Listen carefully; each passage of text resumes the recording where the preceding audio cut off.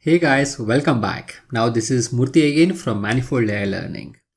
Now in the last few videos, we have seen as how we can work with NumPy array object, specifically vectors and matrices.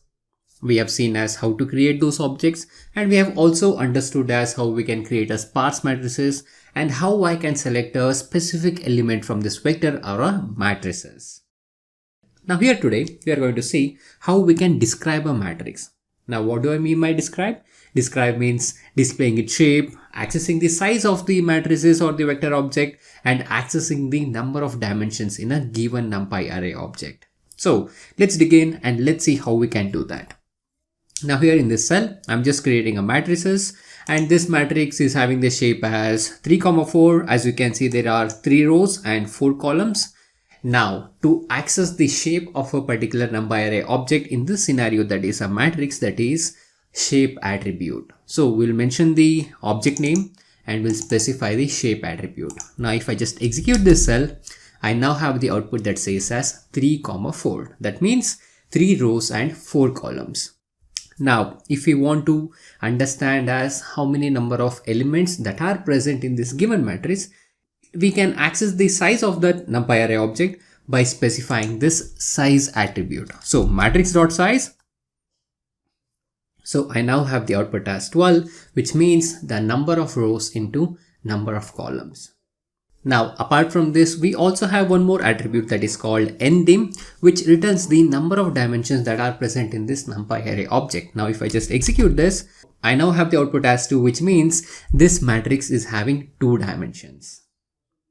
Now, using these attributes of shape, size, and ndim, we are going to describe the various attributes of a NumPy array object. Now, one of the commonly used attribute is shape one, because as I mentioned already, we'll be accessing this shape attribute, and then after we specify the shape attribute, if I want to return the number of rows in such scenarios, we'll normally use it as matrix.shape, and if I want to access the number of dimensions in a specific index, so I'll give it as matrix.shape 0. This is going to return me the number of dimensions that are present at 0th index of the shape.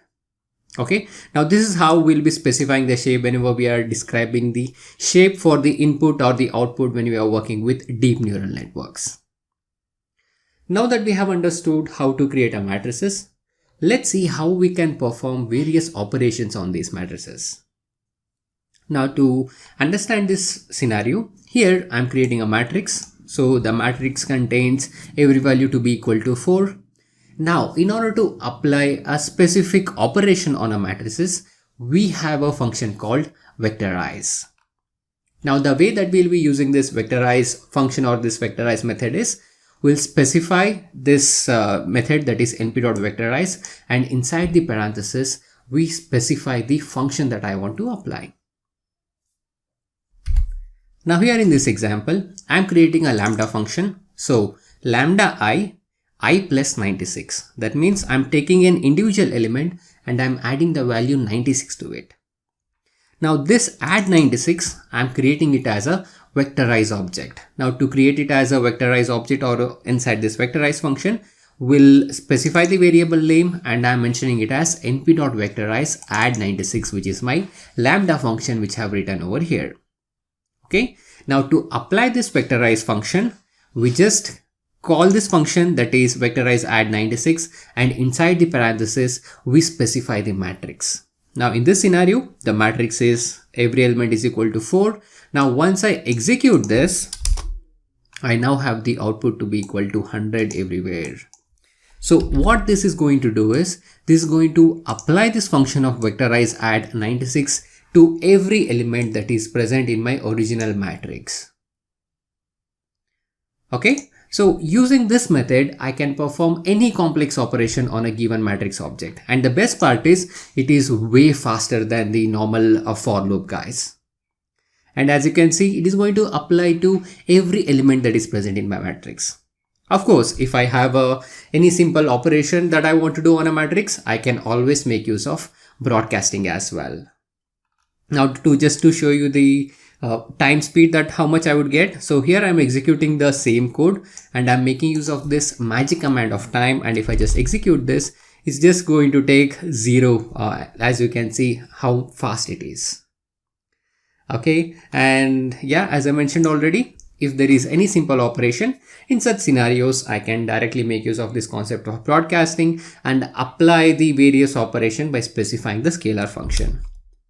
And I can do any mathematical operation by specifying the scalar value that I want to add, multiply, or do any mathematical operation, guys. So keep in mind, for a simple operation, we can make use of this broadcasting. But if I want to do any complex operation or a custom operation, we always have this vectorize option. Moving on, we have some other methods which are commonly used. So those are all minimum and maximum methods. So we'll actually make use of this minimum and maximum methods whenever we want to understand what is the minimum value from a given numpy array, or what is the maximum value in this given matrix along a specific dimension. So we'll be using in all those scenarios, guys. Now here, to understand the working of this minimum and maximum function present inside this numpy array, so I'm creating a matrix which has the elements as 1 2 3 4 5 6 7 8 9, and if I want to return the maximum element from this given numpy object, from this given numpy array object, I can just call it inside my np.max function. See, this has returned me the output as 9, which is the maximum value that is present in this numpy array object. Now if I want to return the minimum value, I can simply call np.min and specify the numpy array object name, that is matrix. So I have the output as 1.